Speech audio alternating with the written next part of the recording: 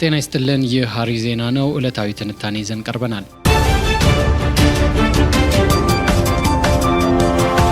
ጠቅላይ ሚኒስትር አብይ አህመድ በቅርቡ በሕዝብ ተወካዮች ምክር ቤት የኢትዮጵያ ምጣኔ ሀብት መንግስታቸው የበጀት ዓመቱን ከመጀመሩ አስቀድሞ ካቀደው በላይ ውጤት እያስመዘገበ መሆኑን ተናግረዋል። በየመስኩ በዝርዝር ያቀረቧቸው ሪፖርቶች ምንም እንኳን የ2017 በጀት ዓመት ጥቅል የሀገራዊ ምርት በ8.4 በመቶ እንደሚያድግ ቢገመትም እስካሁን ያለው አፈጻጸም ከዚህ የላቀ ውጤት እንደምናስመዘግብ የሚያሳይ ነው በማለት ልበ ሙሉ ሆነው ተናግረዋል። የኢትዮጵያ ብሔራዊ ባንክ የሚያወጣቸው መረጃዎችም የጠቅላይ ሚኒስትሩን ንግግር የሚያጠናክሩ ናቸው። የውጭ ንግድ በመጨመሩና የውጭ ሐዋላ በማደጉ የውጭ ምንዛሬ ክምችት መጨመሩንና ኢኮኖሚውም በተረጋጋ ሀዲድ ላይ መሆኑን ሲናገር ሰምተናል። ባንኩ በቅርቡ ባወጣው መግለጫ የገንዘብ ፖሊሲ ኮሚቴ ውሳኔን ይፋ አድርጓል። ማዕከላዊ ባንኩ ባደረጉት ግምገማ የዋጋ ግሽበት እየቀነሰ ቢመጣም አሁንም ከፍተኛ የሚባል ደረጃ ላይ በመሆኑ ጥብቅ የገንዘብ ፖሊሲ ተግባራዊ ማድረግ አስፈላጊ ነው ብሏል። የአንድ ሀገር ኢኮኖሚ ግስጋሴን እግር ከወርች ጠፍሮ እንደሚይዝ የሚነገረው የዋጋ ግሽበት ምንም እንኳን ባለፈው ዓመት ከነበረበት አኳያ ሲታይ ቅናሽ አሳይቶ 15 በመቶ ነው ቢባልም ባለ ሁለት አሃዝ የዋጋ ግሽበት ያለበት መንግስት ኢኮኖሚ የተረጋጋ ነው ሊል እንደማይችል የመስኩ ምሁራን ይናገራሉ። በተለይም የብር የመግዛት አቅም ከጊዜ ወደ ጊዜ እየተሽመደመደ በመጣበት በዚህ ወቅት የዋጋ ግሽበቱም ሆነ የኑሮ ውድነቱ ነዋሪዎች ላይ ጫና እያሳደረ መሆኑን በማንሳት ኢኮኖሚው ጤናማ ነው ሊባል እንደማያስደፍር የሚናገሩም በርካቶች ናቸው። ኑሮው ከሚገመተው በላይ እየከበደ በመምጣቱ ዜጎች መሰረታዊ የሚባሉ ፍጆታዎቻቸውን እንኳ ቢሆን ለማሟላት እየተቸገሩ መሆኑ የአደባባይ ሚስጥር ነው። በተለይ የተሻለ ኑሮ ይኖራቸዋል ተብሎ የሚገመተው በመንግስትም ሆነ በግል ተቋማት ተቀጥረው የሚሰሩ ዜጎች ደሞዛቸው ከወር እስከ ወር አላድርስ ብሏቸው የመቸገራቸው ነገር የአደባባይ ሚስጥር ከሆነ ውሎ አድሯል። በአንድ ወቅት ምሳ መብላት ያልቻሉ ሰራተኞች ምሳ ሰዓት ከቢሮ ወጥተው በየእምነት ተቋማት እንደሚያሳልፉ መዘገቡ ልብ ይሏል። ባለፈው ዓመት ሐምሌ ወር መጨረሻ አጠቃላይ የማክሮ ኢኮኖሚ ማሻሻያ ተግባራዊ መደረግን ተከትሎ እያንዳንዱ ሸቀጥና የመንግስት አገልግሎት ላይ ሳይቀር ከፍተኛ የሚባል ጭማሪ ታይቷል። ይህም የዜጎችን የመግዛት አቅም ለፈተና ያጋለጠ ሆኖ አሁንም ድረስ እንደቀጠለ ነው። መንግስት ግን ምንም እንኳን የዋጋ ግሽበቱ መቀነስ ያለበት መሆኑ ቢያምንም የዜጎች የኑሮ ደረጃ መሻሻሉን ነው የሚናገረው። ባለፈው ጊዜ የጠቅላይ ሚኒስትር ጽሕፈት ቤት እውነት ሐሰት በሚል በማህበራዊ መገናኛ አማራጭ አማካኝነት ዜጎች አቅርቧቸዋል ለተባሉት ጥያቄዎች የገንዘብ ሚኒስትር ዴኤታ ኢዮብ ተካልኝ ይህንኑ ሲናገሩ ተደምጠዋል። በተለይም የገበሬዎች ኑሮ መሻሻሉን አንስተው ደሞዝተኛው ግን ጫናው ያለበት መሆኑን አልሸሸጉም። ይሁን እንጂ ብዙዎች ከጭማሪው ይልቅ ወሬው በዛ እያሉ የሚያነሱትን የመንግስት ሰራተኞች የደሞዝ ጭማሪን ለዚህ እንደተወሰደ መፍትሄ ገልጸውታል። ምን ያህል የመንግስት ሰራተኞች እንደሆኑ ባይታወቅም የማክሮ ኢኮኖሚ ማሻሻያው ይዞት የመጣውን ጫና ለመቋቋም ያስችላቸዋል በሚል ዝቅተኛ ተከፋይ ለነበሩት ሰራተኞች እስከ 300% የደረሰ ጭማሪ ተደርጎላቸዋል መባሉ ይታወሳል። ሆኖም ኑሮ እንደ ቋጥኝ ሸክሙን አብዝቶብናል የሚለው ሮሮ አሁንም እንደቀጠለ ነው።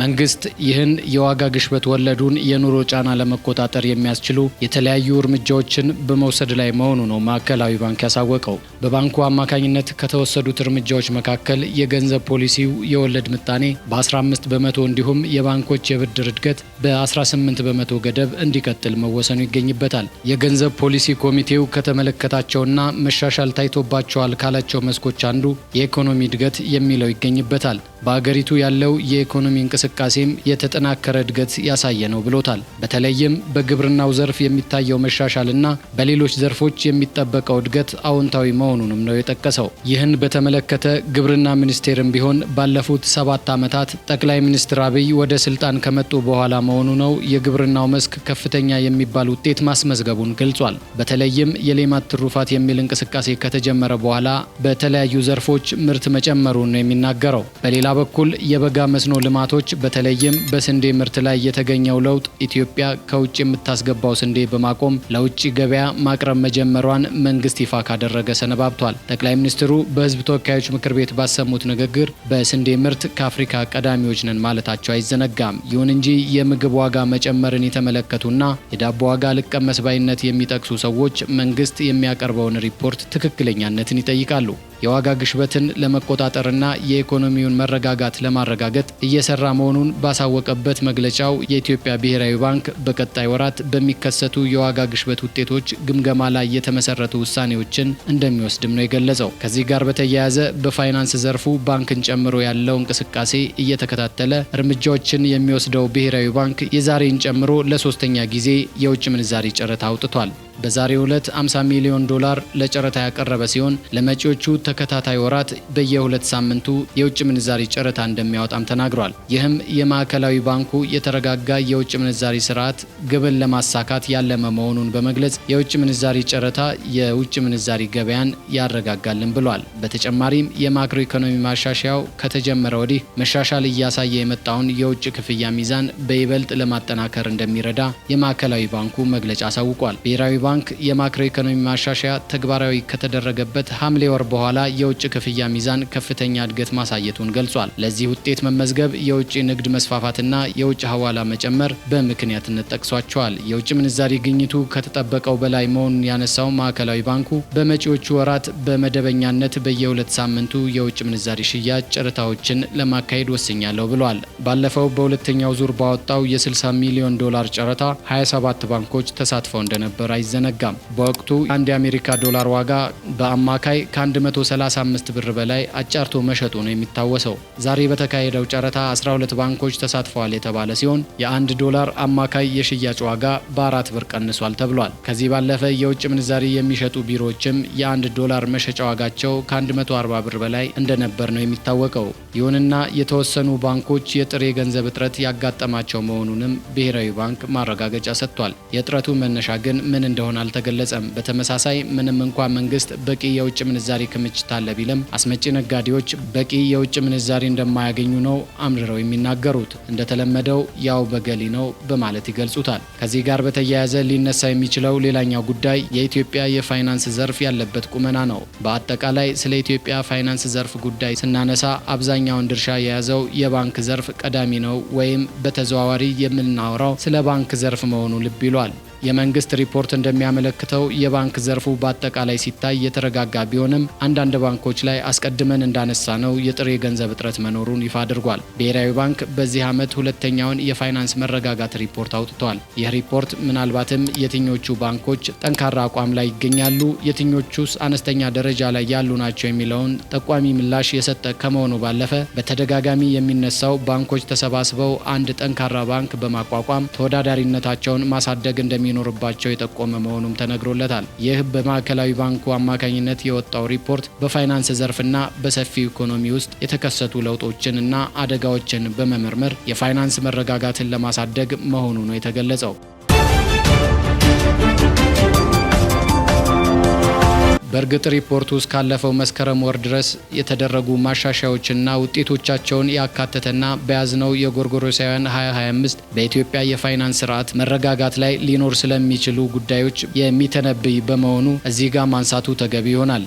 ዓለም አቀፍና አገር አቀፍ ተጨባጭ ሁኔታዎችን ከግምት አስገብቶ የታተመው ይህ ሪፖርት ከፋይናንስ ሴክተሩ 96 በመቶ ድርሻ ያለው የባንክ ስራ አደጋዎችና የመቋቋም አቅምን በዝርዝር ተመልክቷል። ሪፖርቱ የእቅድና ልማት ሚኒስቴር የእድገት ትንበያ ማለትም 8.4 በመቶ እድገት እንዲሳካ በሁለተኛው የሀገር በቀል የኢኮኖሚ ማሻሻያ የተለያዩ ማክሮ ኢኮኖሚያዊ መዋቅራዊና የአቅርቦት ማሻሻያዎችን ቀጣይነት ላለው እድገት እንደሚያግዝና በመካከለኛ ጊዜ የዋጋ ግሽበትን እንደሚያቃልል እንደሚጠበቅ ይገልጻል። እዚህ ላይ እንደተጠቀሰውም የዋጋ ግሽበቱ ከነበረበት ቀስ በቀስ ዝቅ እያለ መሆኑ የሚያሳይ ነው የሚወጣው መረጃ። ነገር ግን የውጭ ተቋማት የኢትዮጵያ ኢኮኖሚ ማሻሻያ በጥሩ መንገድ ላይ እንደሚገኝ የጠቀሰው የዓለም ገንዘብ ድርጅትን ጨምሮ ማለት ነው የኢትዮጵያ ዋጋ ግሽበት 25 በመቶና ከዚያ በላይ እንደሆነ ነው የሚያወጡት ሪፖርት የሚያሳየው። ይቀጥልና ሪፖርቱ የመንግስት ማህበራዊና የካፒታል ወጪዎች ከፍተኛ ጭማሪ እንደሚኖራቸው፣ የገቢ አሰባሰብ በከፍተኛ ሁኔታ በመሻሻሉና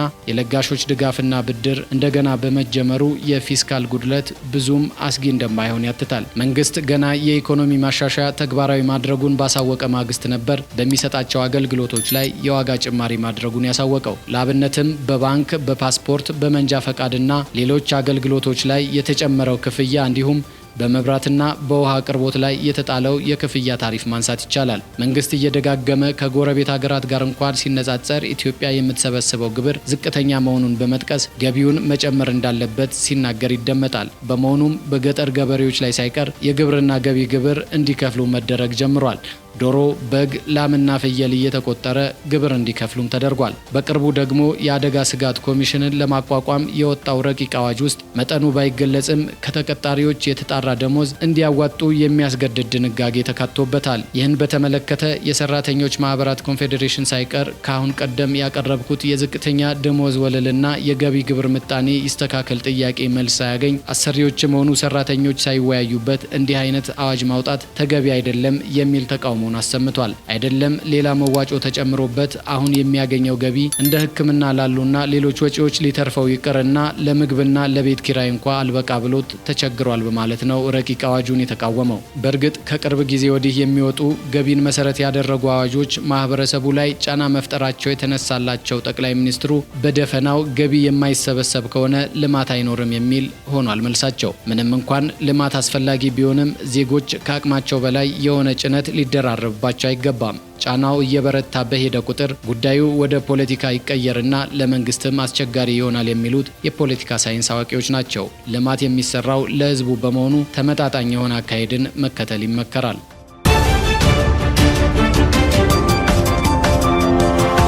የዋጋ ግሽበትን በተመለከተ ያወጣው ዘገባ ቀጣይነት ያለው ጥብቅ የገንዘብ ፖሊሲ ተግባራዊ በማድረግና ጠንካራ የእርሻ ምርት የዋጋ ግሽበት ቀስ በቀስ እንዲቀንስ ያደርጋል የሚለው በሚዛን ክፍያ ረገድ የምንዛሪ ተመን ማስተካከያ፣ የንግድ ጉድለት መቀነስ፣ የውጭ ምንዛሪ ገቢ መጨመርና ከመንግስትና ከግል ዘርፍ የሚመጡ የካፒታል ፍሰቶች መጨመር ላይ መሻሻሎች እንደሚጠበቁ የሚገልጸው የብሔራዊ ባንኩ ሪፖርት ቀጣይነት ያለው የኢኮኖሚ መሻሻል እንደሚኖር ያስቀምጣል። ነገር ግን አሁንም ከፍተኛ የዋጋ ግሽበትን ለመቀነስ የሚደረጉ የፖሊሲ ጥረቶች የደህንነት አደጋዎችና የሸቀጦች ዋጋ መለዋወጥ ሊኖሩ እንደሚችሉ በማንሳት የዋጋ ግሽበት ከአጠቃላይ ኢኮኖሚው ባለፈ የፋይናንስ ዘርፍንም ለአደጋ የሚያጋልጥ መሆኑን ይታወቃል። ይህንም ለመከላከል ብሔራዊ ባንክ የተለያዩ የፖሊሲ እርምጃዎችን በመውሰድ ላይ መሆኑም ተናግሯል።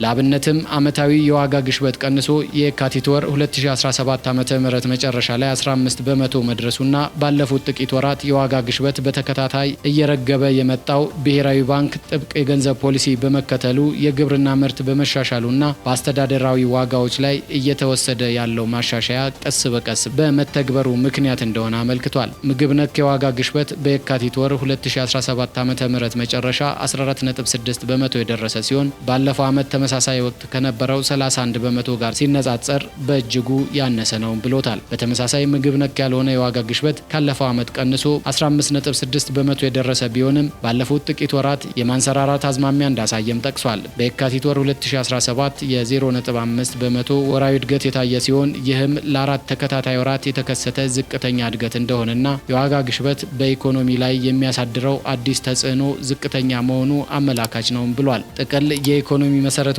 የተመለከተው የብሔራዊ ባንክ የፋይናንስ መረጋጋት ሪፖርትም ሆነ የገንዘብ ፖሊሲ ኮሚቴ ሪፖርት እንደሚያመለክቱት የፋይናንስ መስኩ የተረጋጋ እንቅስቃሴ ይኖረዋል። ይህ ማለት አጠቃላይ የኢኮኖሚው አካሄድ በመልካም መስመር ላይ መሆኑም ተገልጿል። ምንም እንኳ ባለሙያዎች መከራከሪያቸውን የሚያቀርቡ ቢሆንም አድማጮች ከሐሪ ዜና ዕለታዊ ትንታኔያችን በዚሁ አበቃ። ስላዳመጣችሁን እናመሰግናለን።